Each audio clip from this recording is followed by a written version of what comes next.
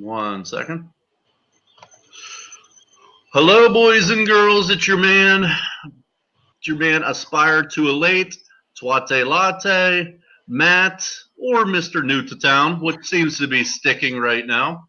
Let me turn off my YouTubes. There we go. We don't have much time today, so we're going to jump right in this. I think Ant's got 4 or 5 plays. I got 5 or 6 plays, so we're just going to jump right in this from the top. All right, so we're breaking down the slate here for 8-16. We're going to start from the top. We got the Brewers and Nats. We got Hauser at Corbin. We got Brewers at plus 140. Comeback is minus 160 for Corbin, or for the Nats, and the over-under is 5. Ant, what you got? Over-under is 5? I'm sorry, first, yeah, that sounds. You'll take the over, won't you? Yeah. No, that was first 5. Let's do that one again. It is plus 145 for the Brewers. It's minus 153 for the Nats. Over under 9. I got nothing on that game. Cool. We'll move right along. We got plenty of plays. We got the Padres in Paddock. We got the Phillies in Vasquez. Basically, to pick them here. We got minus 101 for the Padres. We got minus 109 for the Phillies. Over under 9. No, this game's a coin flip, and it's lined that way. I agree. I got nothing. So let's go to, we got Ants Cubs against my Pirates. Okay, nice. Mm-hmm. So we got Hendricks at minus 136. We got Musgrove at plus 126. Over under 9.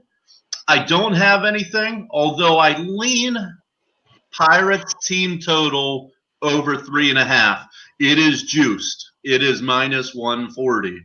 So make sure you're aware of that before you just bet it blindly. But I like the Pirates against righties.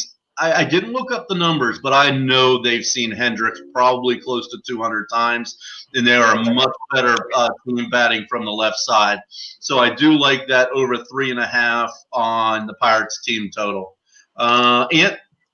I'm on the Cubs minus 1. You can get the run line at plus 110. You can get the money line minus 136. I combine them to make a minus 1 line.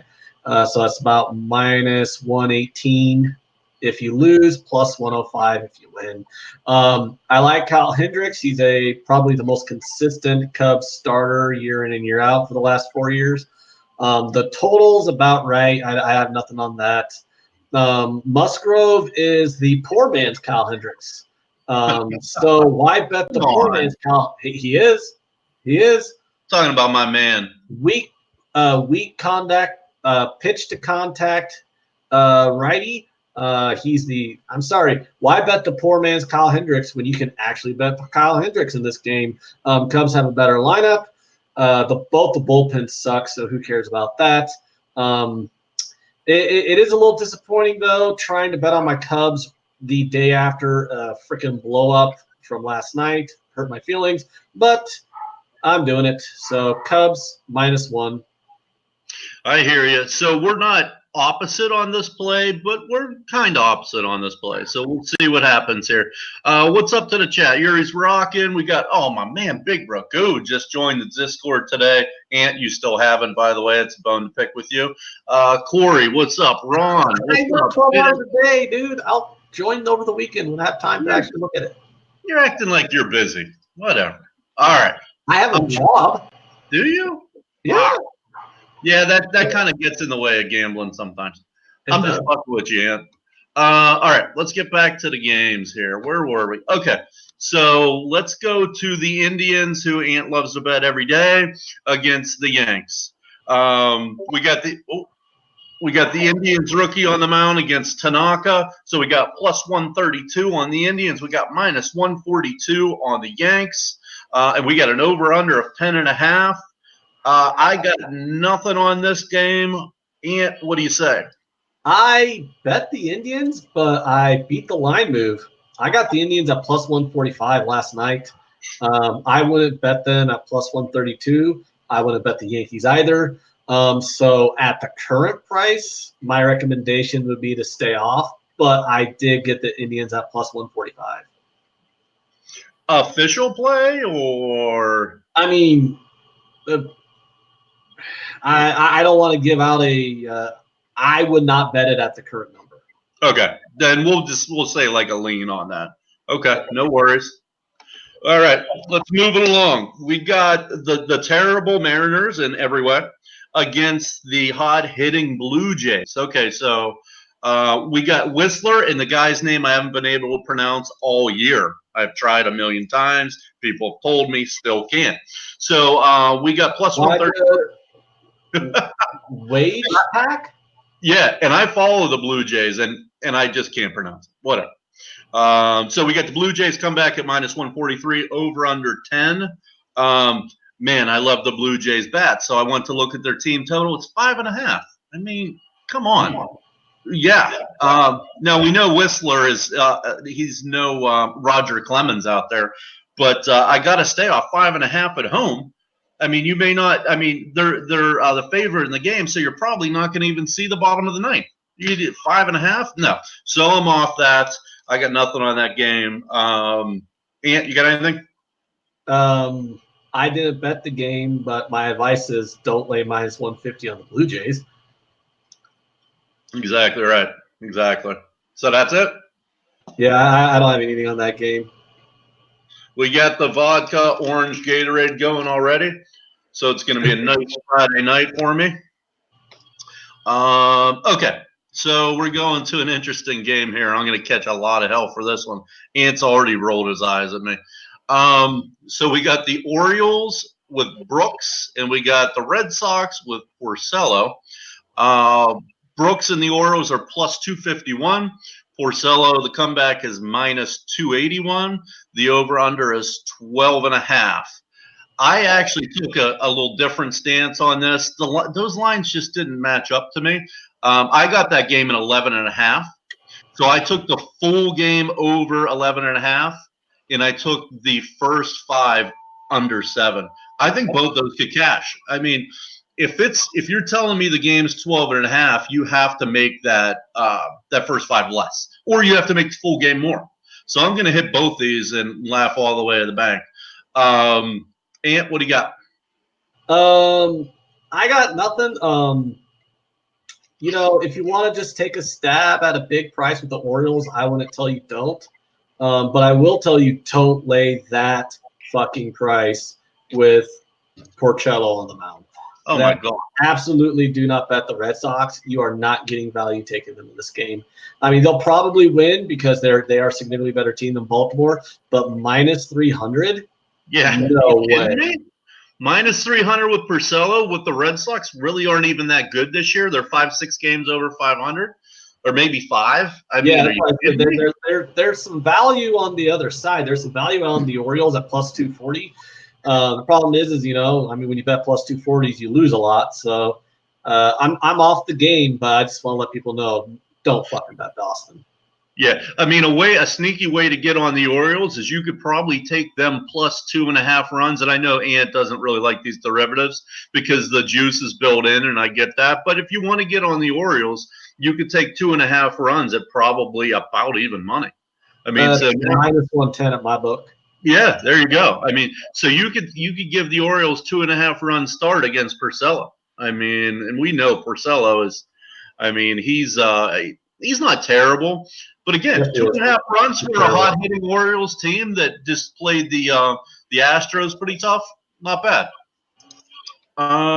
Okay, let's move on to my nemesis in life, the Detroit Tigers against the Tampa Bay Rays. Norris is plus 266. The comeback is minus 325. The over-under is 7.5. Team total, because we got to play here, excuse me, is 2.5 for the Tigers and 4.5 for the Rays. To me, this is just a math equation. Okay, so you're saying the total is 7.5. I'm gonna take 2.5. I'm gonna take the Tigers plus 2.5 runs. I mean, so on a low total, you're gonna give me 2.5 runs. I'm gonna fucking take it. So it was only minus 115. So my play is going to be Tigers plus 2.5 at minus 115 on this low total. And because they've killed me and they're putting up runs every other game now with the worst lineup in the history of baseball, I'm going to take their over 2.5. Charlie Morton's a good pitcher, obviously, but he's not a Cy Young candidate, and that's the way the Tigers are hitting, and they're going to have 9 full at bats. I'll take over 2.5 at minus 116. So I'm going to get 2.5 on the money line, and then I'm going to take over 2.5 on the team total. And I got nothing for this game. Although Tigers team total, it's tempting. It's a low juice 2.5. Yeah. Normally when you bet over 2.5, you're laying like minus 140 or something. Yeah. So it's a low juiced 2.5. So that might wind up being a half unit play just because it's like, okay, I'll bite. But other than that, I got nothing on the game. Obviously, I'm not going to lay that price with Tampa Bay. Right. But I don't necessarily want to go out on a limb and bet on the Tigers when they're the worst team in the league. So it's just right. But 2.5, I don't know, maybe. Yeah, this team's been hitting somehow. I don't know how. When I look at their lineup, I think to myself, could these guys start on any other team? Obviously, Miggy's still a stud, but at 2.5, the way they've been seeing the ball, they're going to get the 9 full at bats. We're going to roll that way. Nice game here, really nice game here. How many times are you going to be able to get the Dodgers at a plus price? So what we got is Maeda against Soroka, Dodgers at Braves. Dodgers are plus 106. How about that? Braves are minus 116. Over under is 10. I got nothing on that. I got 0 on that game. I will usually blindly take the Dodgers against lefties. Righties. Against righties. Thank you. Against righties, but I'm just not feeling it tonight. So I am off this. You got anything? Stunningly enough, I'm not taking the bait with the Dodgers at plus price. When you look at the game, they don't have an advantage in the starting pitching matchup. The Braves have a very good lineup as well. I mean, the Braves can get to Maeda. Yeah. I think the Dodgers do have an advantage in the bullpen. But the fact is, the Dodgers are almost unbeatable at home, but they've been gotten on the road before. It comes down to the fact, like when you piece the game together and you build your lines, it's about right. You actually have a little bit of value on the Dodgers. I still don't see them being plus 107. Right. I see it more as like an even money game. I think it's a complete coin flip. But I want more than like 5 or 6 cents of value on a coin flip. So I'm off the game, but I would lean towards the Dodgers if you guys wanted to bet the game. I'm certainly not going to lay juice betting against the Dodgers, which is what you're going to do if you bet on the Braves. Right. No, I hear you. Actually, I skipped over one. Let's backtrack. Yeah, we'll have a play on. I was just about to ask about that. Yeah, and so do I. St. Louis Cardinals and Wainwright against the Reds and Castillo. Wainwright is plus 123 on the road. Castillo at home is minus 133. Over under 9. I'm going to take – I'd love to have the better pitcher, better bullpen, and better offense, but in this I'm going to take just the better offense and just the better starting pitcher. We're going to go first 5. And I got it minus 113 for the Reds run line. So we're going to go Reds run line, first 5 at minus 113. And what say you? I have the first 5 under 5 at minus 110. Although I am looking at it now, it says 4.5 at minus 105 at my bookie site. So I don't know if the line that I got last night is still available to people. So I might have that might be the second time today that I beat a line move. At 4.5, I would lean towards kind of passing on that first 5 under. At 5, I definitely want to take it. So I mean, it's up to you guys if depending on what lines you get, if you want to follow along there. The thing is I think Castillo should shut down the Cardinals offense. He's a very good starting pitcher. I think he's a stud. The Cardinals' offense is mediocre at best. So he should be able to shut them down. So if this goes over, you're basically asking the Reds to put up, 4 runs, 5 runs in the first 5. In my opinion, the way I see the game playing out, in order for the first 5 to go over, the Reds are going to have to just clobber Wainwright, which, mathematically speaking, Wainwright should keep them to like 2 or 3 runs. So first, I capped the game at, about 4.5. So I took under 5. I do endorse your play, though. I might wind up getting on the Reds' first 5 run line as well. I can get up -105 on the first 5 run line. So that's also a play that I think I might tail you along on, because that sounds pretty good to me too. I don't. They got the better offense and they got the better starting pitcher, and you're getting -105 right now. So that's the way to look at it too. Yeah, the reason that I don't know, the offense was pretty close. That's why I don't know. I mean, St. Louis when they're going has a pretty good lineup, but yeah, clearly we have a huge advantage in the starting pitcher. So let's take the first 5. Let's utilize it. Okay, nice game here. Really nice game here. We get the Twins and Odorizzi against the Rangers and Minor. Basically, pick them. Twins are -102. Rangers are -108. Over under is 10. I see this one pretty clearly. I think that the pitching matchup is pretty close. So I'm going to take the better offense in a pick 'em. Now, this isn't an official pick. This is a hard lean, though. I'm going to take Odorizzi in the Twins just on the money line at 102. Ant, you got anything? I haven't bet this game, but that's kind of where I'm leaning towards. I'm probably going to wind up having a half unit on the Twins here. You're getting a better offense. You're getting a better bullpen. And the starting pitching matchup, I mean, you could say Mike Minor has been a little bit better than Odorizzi this year. But, I mean, overall, they're not that far apart from each other.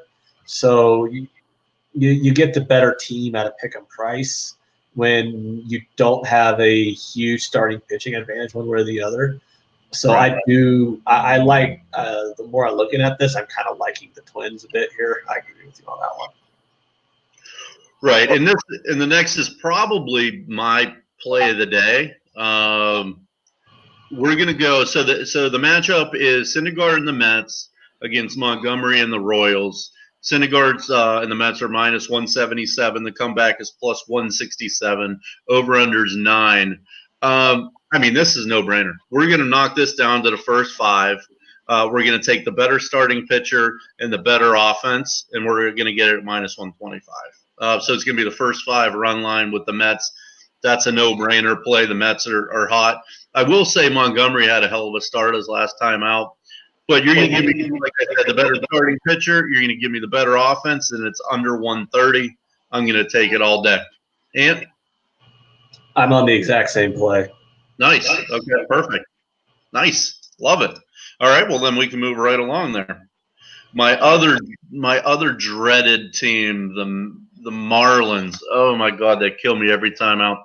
So we got Gray and Alcantara.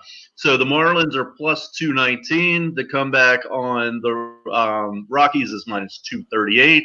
Over/under is 12.5. I got nothing. I don't even know where to begin with these two teams. They're so up and down. I bet on the Marlins. The team total 2.5. They score 1 run. The next day, their team total is 3.5, and they scored 17 off Bueller or 15, whatever it was. The Rockies are, up and down. I got nothing on that. Ant? I got nothing on this game either, but I mean, isn't it kind of tempting though to take the +200 on a high variance game? Yeah, it is. It's a good point. And yeah, I'm still looking at 219. So yeah. Because this is one of those situations. Because here's what happens in Coors Field. I mean, and we've done it several times on our live betting show. Yes. You take the side, you take a side live at like +300 or +200, and then you hit the other side live later on in the game at the same price. Well, right now you're getting +200 pregame. Yeah. So if the Marlins go up 3-1 after the second inning, you can come back on the Rockies at like +200, and then you just free roll the game for a unit. Yep. No, you're exactly right. You got to love those big variance games because you can back both sides at plus money usually. Yeah. So actually, now that we just said that out loud and I thought about that, I'm totally just going to fucking do it. I would take the Marlins at plus 200 and then hope they cut out to a nice lead and come back on the Rockies at plus whatever and free roll the game, hopefully. I hear you. Let me just look at the chat here real quick. What's up, my man, Ragu? Ragu just joined the Discord. He's in there giving plays. We know how good he is. You guys got to join that Discord. Mr. Fat Fist, Mr. MMA, Coco, RKE, Deerslayer just joined. I appreciate all you guys. Ewaltz, what's up? All right, let's see what we got. We got just a couple more. That'll be perfect. We'll be off right for Jimmy. Jimmy can come on. Then the K-Cast will come after him. Okay, we got the Giants, who are another team that I can't seem to win with Samardzija against the D-backs and Leak. So the Giants are plus 125. Leak and the D-backs are minus 135. The over-under is 9. I got nothing. Yeah, I got nothing either. Samardzija has a higher ceiling than Leak starting pitching wise, but the Diamondbacks are a better team and they're at home. But I don't really want to necessarily lay juice with in my opinion, the worst starting pitcher. But I'm also not going to take the worst overall team on the, you know what I mean? Yeah, it's, nah, I got nothing for this game. I don't like it. I don't like the total. It's a pass for me. No, I hear you. I got nothing either. Here's a line I beat the shit out of, and I hate to give it out, but I got to. The Astros and the Athletics are against Rourke. The Astros are minus 185. The Athletics are plus 174, over under 9. The play was real easy. It was the first 5 with run line with Verlander, but now it's moved to 140. I'm still going to take it. Again, you're going to give me the better offense and the better starting pitcher. I'm going to take it. Now, normally my rule is I don't go above 130, but that offense is sick. I mean, it's sick. And Verlander, this guy, he got roughed up last time out, but he hasn't been roughed up all year. So I'm going to roll a first 5 run line, Astros minus 140. Yeah. This game, I have the Astros as a 2-1 favorite, and that's what they're lined at. So I need minus 160 to bet the Astros, and I need about plus 230 to bet the Athletics. So I'm nowhere close on either of those numbers to even find a derivative that I particularly care for in this game. So so I'm off of it. I can definitely see Verlander having 15 strikeouts. I could also see Verlander getting rocked again. I mean, he does have a home run problem this year. So if the Oakland gets a couple guys on base, Verlander's susceptible to a 3-run homer. But Oakland swings and misses a lot too, and that's what Verlander's good at doing, is getting guys to swing and miss. So it's just one of those games to me where I don't have enough edge in my opinion with my numbers on either side to want to take anything here. All right, cool. But I can never blame anybody for betting on Verlander. That's and it was minus 130 on that first 5. No brainer for me. Better offense, better pitcher, under 130. First 5, that's a no brainer for me. But it did move to 140. I'd still recommend it. Last game, and we'll let these guys get over to Jimmy. White Sox, Angels. Basically, pick them. White Sox are plus 101. Comeback is minus 111 on the Angels. Over under is 8.5. I got nothing. Did this game get steamed a lot on the White Sox? Not that I noticed. What did the line open at? I could have sworn the White Sox were a bigger underdog when I looked at it like early morning on the overnights. Maybe. Yeah. But no, I don't have anything. The White Sox have the better pitcher. The Angels have the better offense. I'm not really sure about the bullpens. I'm off this game. I don't want to. I'm not backing Sandoval. He's fucking trash. Yeah. But I mean, I'm not exactly ecstatic to bet the White Sox on the road when they're up against a better offense, because the Angels I mean, the Angels don't have a lot of offensive depth, but they do have guys in their offense who can bash some home runs and shit like that. So it's just the pass for me. All right, so we got a ton of plays. We'll just recap them real quick. Did you write your plays down, man, or will you remember them? I mean, I'm staring at them right now on my screen. So all right, so we got 1 minute to let you guys get over to Jimmy. So I'm going to take Houston first 5 run line minus 122. Reds first 5 run line minus 113. Orioles Boston under 7.5 first 5. Under 7, excuse me. Orioles Boston full game under 11.5. My leans are Pirates team total over 3.5, Tigers team total over 2.5, and Tigers plus 2.5 minus 125. Ant? I had the Cubs -1. Money line was -136. Run line was +110. I took the Indians at +145. I would lay off that though at the current price because I bet that last night and beat the line move by about 15 cents. I have the Cardinals Reds first 5 under 5. That was another one I beat the line move. I bet that on the overnight. So if you could get really low juice on under 4.5 on that first 5, that's still a decent enough bet, maybe like a half unit. And I have the Mets first 5 run line -125. My leads, which I took a half unit on, I do like the Twins, so I got on the Twins with Matt while we were on here. I wound up getting on that Tigers team total over 2.5 for a half unit, and I wound up taking that Reds first 5 run line for a half unit as well. And I'm betting into that variance. I'm taking plus money on high variance, so I wound up taking the Marlins at +200. Every intention of live betting any plus number on the Rockies. Great. I appreciate you guys joining in. Join my Discord. It's unbelievable, the cappers that are joining. I don't know how to tell you to get there right now. Just go to my Twitter page. It'll somehow tell you there.